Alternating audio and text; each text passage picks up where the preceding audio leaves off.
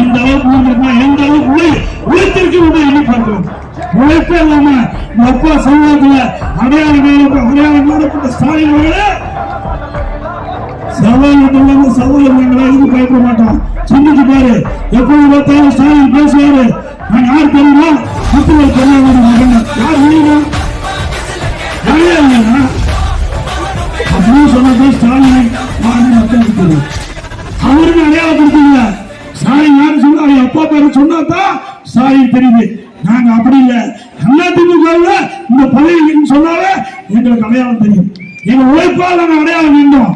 ஆனா உங்க குடும்பத்தால் நீங்கள் அடையாளம் நின்றுகிறீங்க.